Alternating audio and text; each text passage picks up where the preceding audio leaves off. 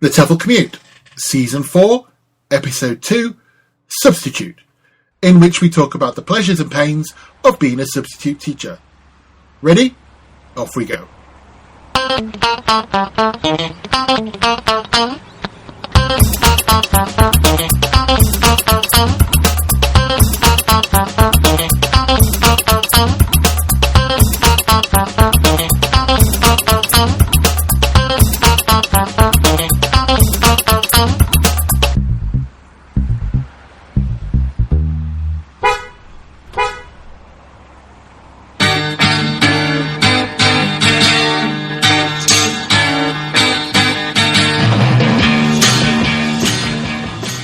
You walk into the classroom expecting it to be a normal day, and you glance over at the teacher, and boom, it's a sub. Yes, don't have to try today. Most subs are pretty cool. They don't really care too much either, and everyone just ends up having a nice easy break day. They have this attitude okay, so I'm just gonna pop in a movie or something, do whatever you want.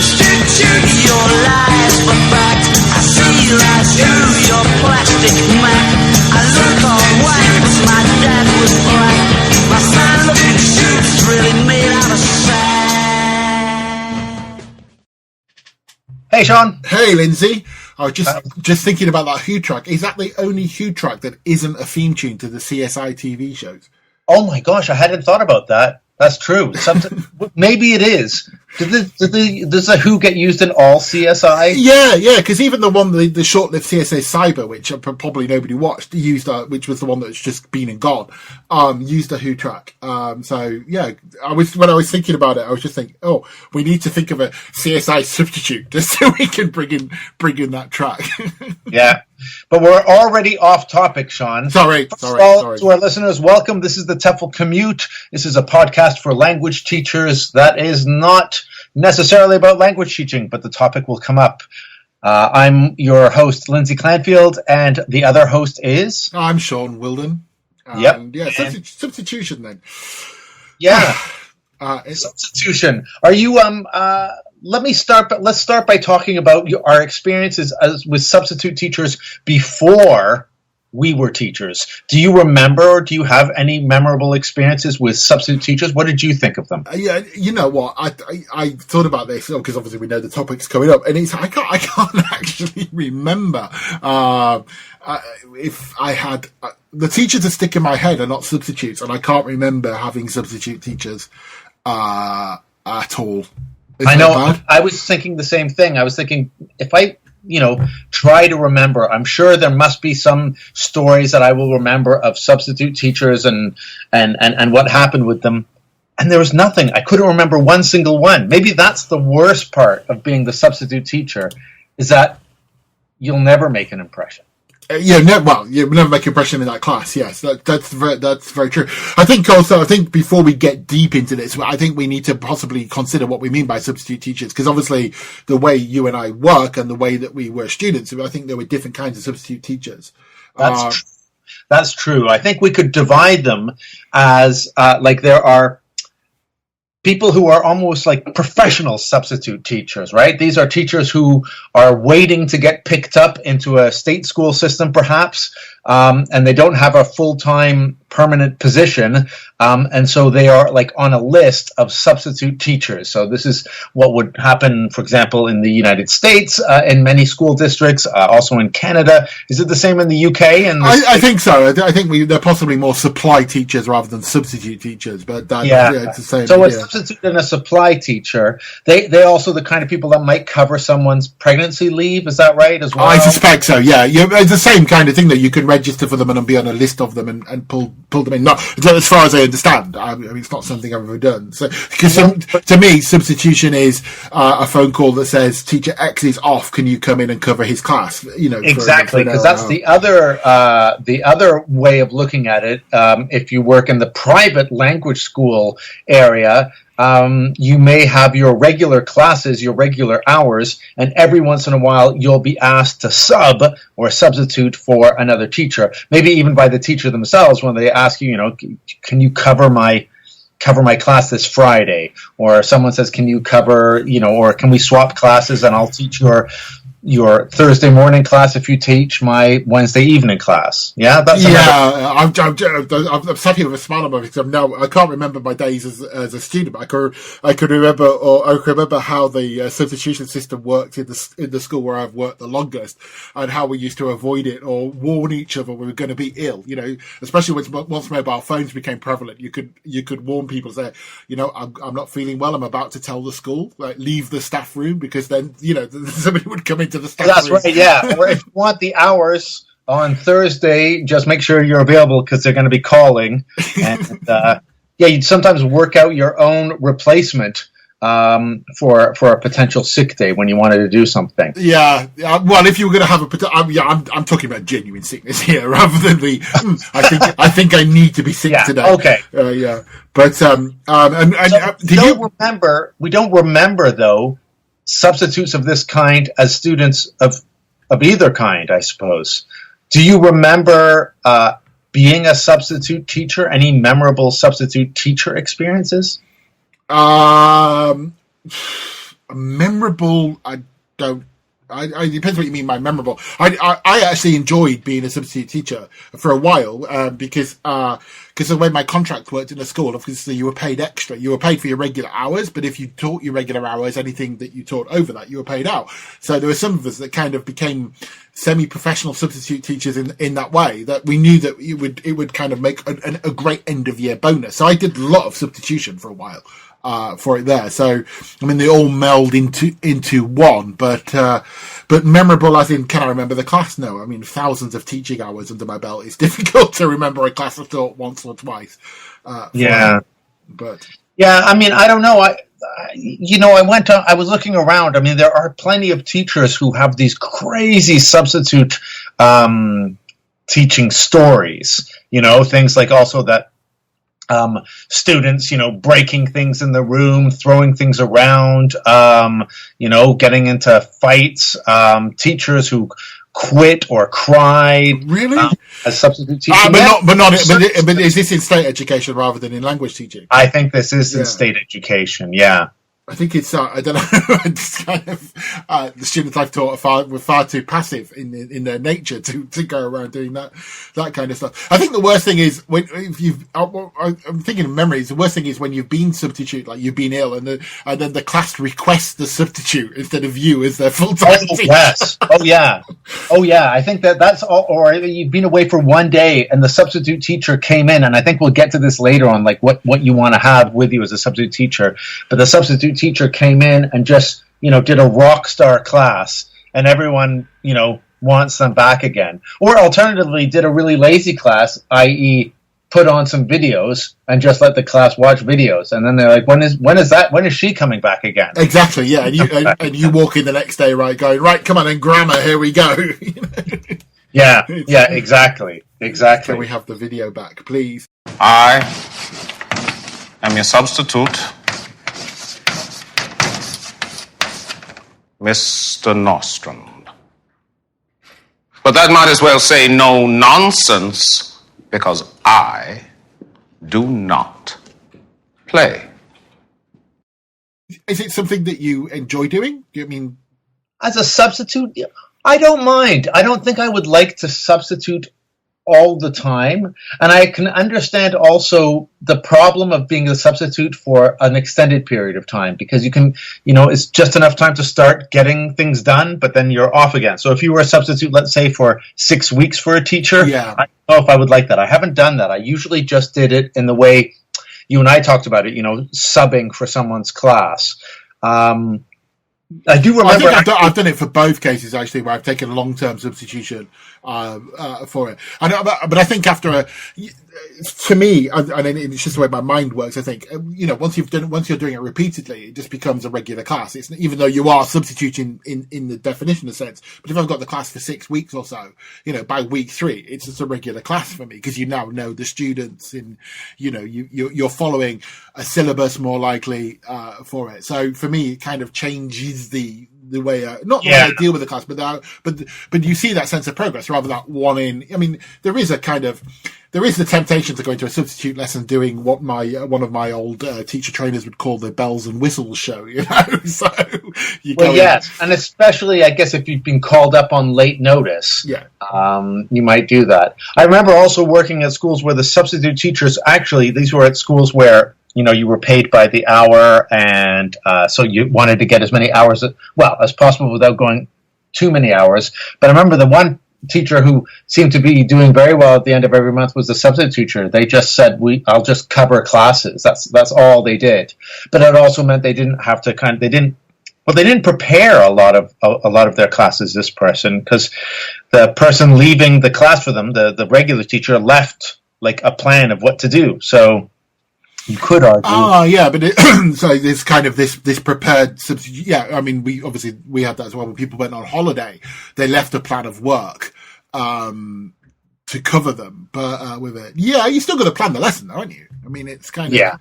I mean, in some ways, I think that's one of the difficulties of being a substitute teacher, in the sense that you suddenly, you could be thrown in at the last minute, not knowing where the class is, what the level is, what their abilities are. Sorry, and you suddenly have to come up with a lesson. That could be quite tricky. Yeah. So, do you think that it's really as bad then, substitute teaching, as bad as pop culture makes it out to be? I mean, we've heard a clip or two, and we got other clips on the show of like substitute teachers. It's always kind of the joke. It's like also, wow, now as a student, I don't have to do anything. The substitute teacher is here. Or we hear like, substitute teachers getting totally disrespected by their students, especially kids. Is it justified? I suspect it's justified in some senses. I think possibly in the state school sense that we've talked about, there's a justification there. But I think in what we've talked about in what we've experienced as teachers, I don't think it can be. It's that bad. But the proviso being, I think obviously if you walk in, I think some classes are perhaps harder than others. And if you are walking into the class as a new teacher, especially to, let's say, in a young learner class, I think this sudden change in the routine that class might become more disruptive than it usually is, and it might more challenging. So you get, I think, more towards that stereotype with it there. How's that for a sitting on the fence answer? I covered everything there, I think. Yeah, no, you really did. You really did. I kind of almost stopped listening halfway. Yeah, thanks. Yeah, great fun. Yeah. No problem. The other thing one thing I found interesting as a teacher trainer of English language teachers, we'd often get teachers from the United States who many told me that in the school that they had been substitute teaching in the United States without any qualifications at all. I did a little bit of digging on this. Many states in the U.S. require at least a 2-year college education to become a substitute teacher, but not all states make that requirement. And in places, school districts where there's an acute shortage of teachers, either because they are more disadvantaged school districts or not so populated ones, or out in the countryside, the state will waive even that. So maybe one of the problems that substitute teachers have is they don't have the training to actually, for classroom management and everything. That's why I just can't get my head around that. We both train teachers of English, people that want to be English teachers, and you know what it's like walking in. I mean, they kind of they stereotypically say, well, we know the English language, but put them in front of a class for the first time, and they've got pretty much no idea of what to do. I mean, knowing your subject and knowing how to teach it are really difficult. God, I can't even imagine. I just can't imagine standing up in front of a group of people trying to pass myself off as a teacher. Just because I had a degree in geography. Experiences from substitute teachers, complaining about just that, no training, and also that there was a lack of a lesson plan left by the regular teacher. So they ended up just being a babysitter for the class. So I suppose in that respect, being a substitute teacher would be, a big pain. Hey, absolutely. I can't. What would make you want to do it in the first place? I guess if you've got a passing interest in education, maybe. But maybe. I mean, there is. You do get paid. I mean, if you need the money, maybe something that you could do. So yeah, I guess so. Yeah.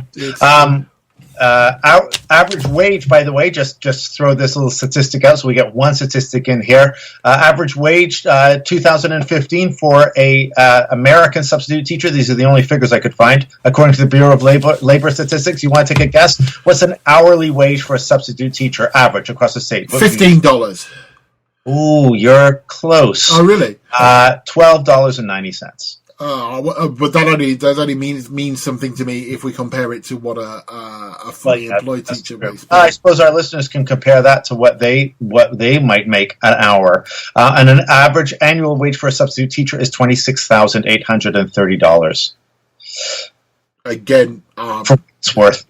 I don't know if that's good or bad. Yeah, I don't know if that's good or bad. Thrown in. It's brilliant. It's almost as bad as my jokes. You know, I'll have unfunny jokes. You have useless statistics. Brilliant. Shall we have something that we all agree on, which is a little bit of Facebook wisdom?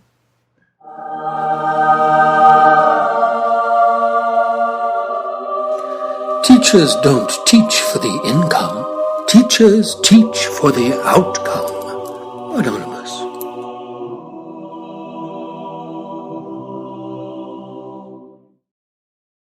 So, Sean, another thing, talking about substitute teachers, and this I did like because I remember doing things like this, writing articles like this about stuff like this, and I love lists of things. I found several different sites that have like a list of what you should have as a substitute teacher. One site called it the Sub Pack. So I think you found. I've seen it called as well. You'd call it the Sub Pack. There are certain sites that call it a bag of tricks, and everyone's called it the Substitute Teachers Toolbox. So go on, and what would you have in yours? Things. What would be? You've got a list in front of you. I got a list. I'm going to call out things that I see on this that I thought, oh yeah, for sure. And you want to say things that you think would be in your Sub Pack? Go on. Okay. So first thing, all your pens, penciled, and pens, pencils, colored pencils, and whiteboard markers. My own whiteboard markers as a substitute teacher, because I'll never find the other teachers' ones. They'll be hidden. Didn't you get your own anyway? In the school where I worked, we got allocated our own, and they're like the other teacher has kind of hidden their pens away. So whiteboard markers, I always make sure I have my own. Yeah, and if you've not got whiteboard markers, I guess the other thing is chalk. That's true. Yeah, I would have had my own chalk as well back in the day. Over to you. Funny enough, obviously the first thing on the list I'm looking at, pencils, marking pens, and razors. The second thing on the list is stickers. What would be stickers for?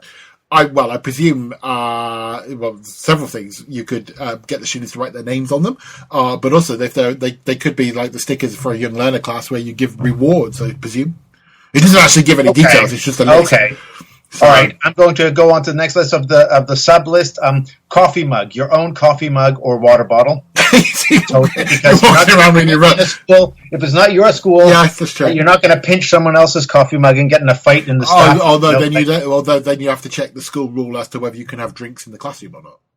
No, but I'm talking about like between classes or in the. Okay, fair enough. Okay, over to you. Then the next one on mine is interesting because it's Band-Aids, as in the plasticky plasters, but that was on my list as well. Actually, teachers shouldn't treat students because they could leave themselves open to all sorts of issues. Well, it depends on the country, I guess. I mean, in the UK, you'd have to go to the first aider.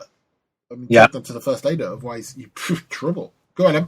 Okay, over to me then. Headache medicine for you and a small package of tissues, I guess for crying kids or for yourself if it goes really badly. Okay, mine's a bit more serious. The next one on my list is a seating chart. Ooh, okay. But you might not know that if the teacher's just gone slightly. Yeah, you need maybe something you can make as a seating chart. But I presume we could extend that into that. Make sure you've got a register or a list of names and stuff like that, or the admin papers that you need for that class. Definitely. Okay, I'll do the next one. Dice. Oh, that's a good one. Yeah, nice. Yeah. I always have in my little pencil case, which would be part of my sub case. I have like 5 dice, and then I have I've like got an app on my phone. Yeah. All right. Well, I did before, but it never worked really well. Your turn. This indicates kind of the age of this list, but the next one is a cassette recorder and musical tapes. Okay, well, that would probably be a USB stick with music and listenings now, right? Yeah. That would be definitely that. Although I think we have, I mean, the idea in a language classroom, the use of music is one of those topics that could be debated. Maybe for another episode. Yeah. Oh, that's a good one. I'll note that down. Music. And then finally, the thing that I picked out of this list that I would definitely have would be copies or originals of at least 4 or 5 like go-to activities that could be good for any level, any class. Yeah, mine's without copies, but there is a list of activities you can do, and I think actually non-copy activities are possibly a better thing to have a list of. Because we're with it. Although my list finishes, I just have to mention it. It finishes with because obviously I think it was for a state school. It's got a state school teacher. It's got a whistle, okay, sunscreen, and/or a sun hat, which I quite like. I also found on my list some nice things that they said, like the professional substitute teacher checklist, for example. And I hadn't thought of this, but it would be true. I would definitely do this at home. Organize several appropriate substitute teacher outfits in a section of your closet. So you're like the on-call. You're like, like the superhero. All right, you've got a class in 25 minutes with business people. All right, I'm grabbing the suit. Yeah, you wear the suit under your casual clothes and then rip your casual clothes off when you're phoned to go exactly. To go in it. Other ones that they say prior to entering the classroom, report to the admin office. Find out how to refer a student to the office. I think that's a pretty good tip, actually. I actually, since we're doing tips, the same site where I got where my toolbox came from. So their first piece of advice, the bag of tricks, was the be prepared advice. Their second piece of advice is quite good. Never let them see you sweat. Oh yeah, yeah. That's definitely we would talk about that on an episode on discipline, but yeah. And the other one they say as well, another little tip, write your name, and I always hate doing this, and because of my name, write your name on the board before they come in. Because then everyone comes in like, Lindsay Clanfield? What? And so I have to kind of go through all of that as well. But yeah, but that's your first 5 minutes done, drilling your name. The first 5 minutes is done. Yes, that's true. That's true. They also say locate the school evacuation map. Yeah, that's good. That's good policy. Yeah, you should know what to do in terms of a fire. Shall we listen to James and then come back with some more advice? So here's a jargon buster.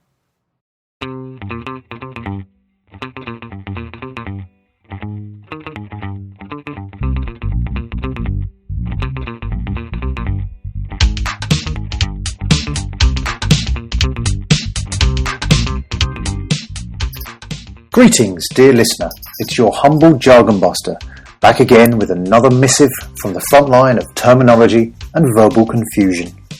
In this episode, we're talking about substitution, and there's nothing this teacher enjoys more than rocking up to someone else's class, armed with all of my most bankable activities and cracking anecdotes, delivering an absolute knockout class that leaves the students begging for more, before disappearing over the horizon and off into the sunset, never to be seen again, leaving only the memory of your myth in the students' minds. Well, at least that's how I see it.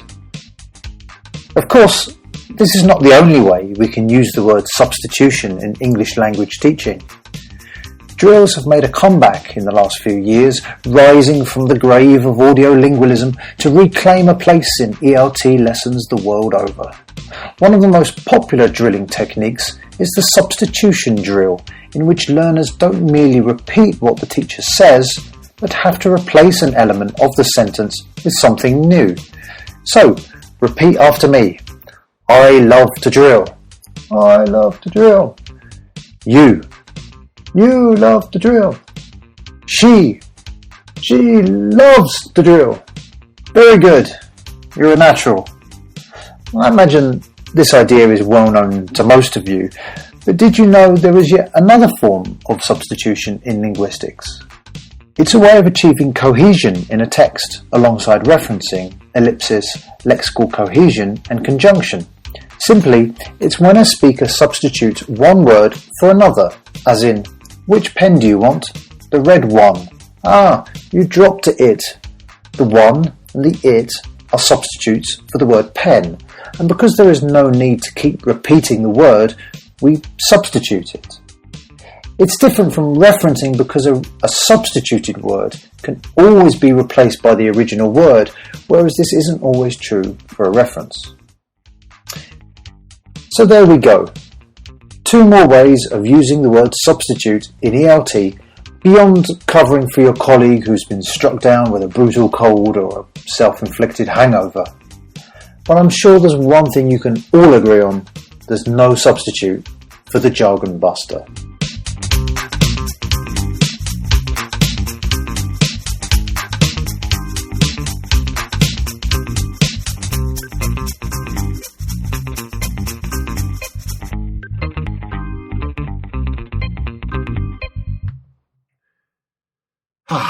Right. Feeling educated now. I am. Yeah, I'm thinking. Any final tips that you would say? I've got. I enjoyed this list because this is for, and it's probably true of for if you're going into a young learner class. So backup things that you can do. So backup, use these following tried and true techniques. Okay, go for it. The first one is sing. What? So sing, okay. But it's true. I mean, you can imagine, hi, I'm your substitute teacher, right? But it's got to work. I mean, obviously with young learners, perhaps over adults, you've got things like head, shoulders, knees, and toes and stuff like that. But I just amuses me that's the first thing on the list. The list goes sing, play, read, write, homework. Okay, and that's your lesson plan. That's to get through the class. Can you tell me that one again? Okay, so sing, play. Yes. Read, write, homework. Sing, play, read, write, homework. Yeah. Okay. That's your substitute class planned, everybody. Yeah, absolutely. Yeah. So sing a song, play a game, such as like Hangman or 20 Questions. Read a book, i.e. get them to open the course books and read. Write, make them do a journal, write on what they've learned today, and then set the homework. Or an exercise or something like that, and set the homework. Do you have a favourite, going back to the bag of tricks, do you have a favourite standby kind of like no prep activity? Oh, well, you're putting me on the spot now, so I'd have to kind of think a little bit. Probably one of the things like, I quite like this one. This is one of my new go-tos. It's called Russian Roulette, where you have to nominate, you nominate a category, so for example, food, and then you write down in secret on the piece of paper a kind of food. So I might write down like banana. And then I nominate students. They have to say a word in the category. So they have to say a food word. But if they can't think of a food word, they lose a point. If they lose. If they repeat a food word that someone else said, they lose. And if they say the food word that I wrote down in secret, that's like the kind of bullet in Russian roulette, they also lose. And I always make sure there's like a really easy word. So if I said the category is colors, I'll write down red or blue because that's like the two kind of typical ones you'd think of.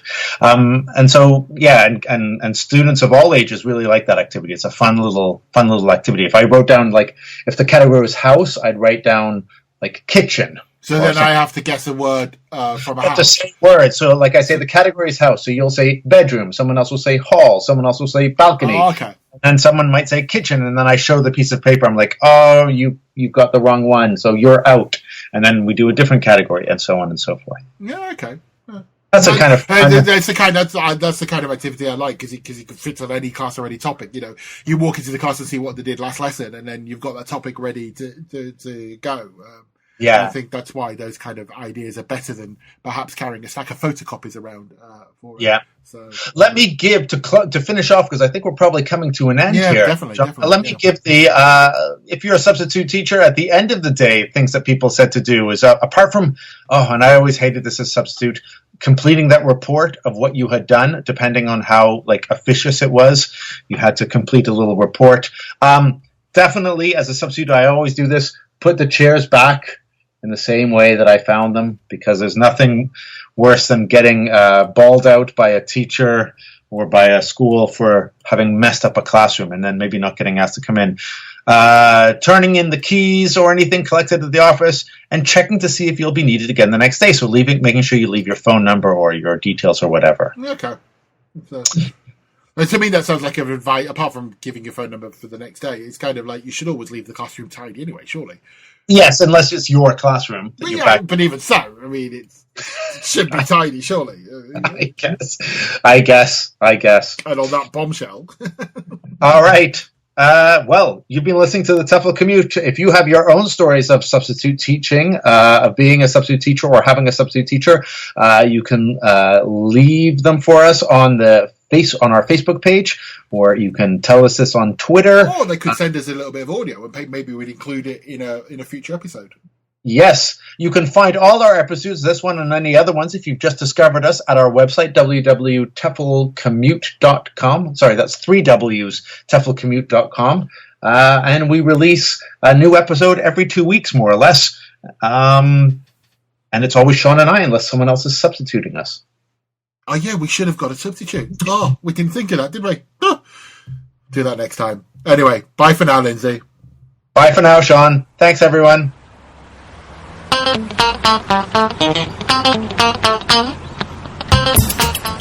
As your commute is coming to an end, here are some ideas that you can take into your substitute class.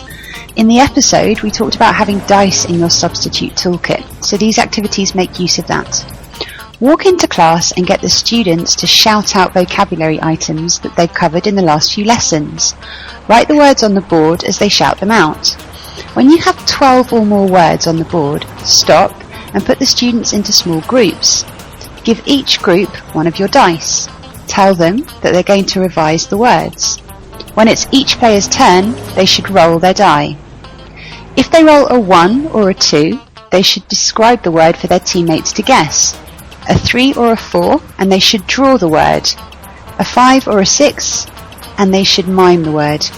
Play until all the words are used. Keeping the students in small groups, for the second activity, the dice are used to practice questions. Assign a question word to each number. For example, 1, who, 2, what, 3, why, 4, where, 5, when, 6, how. Students roll and have to make a question starting with the question word they roll. The groups answer, then the next student rolls and makes a new question. Finally, for a speaking activity, give each number a topic. For example, 1, last holiday, 2, food, 3, love, and so on. Students roll the die to choose a topic, and then they have to speak on that topic for up to 1 minute. You can find the instructions for these activities at our website, www.teflcommute.com. You've been listening to the TEFL Commute, an original podcast produced and presented by Lindsay Clanfield, Sean Wilden, and James Taylor. Don't miss out on any episodes by subscribing to us on iTunes and by visiting us at teflcommute.com.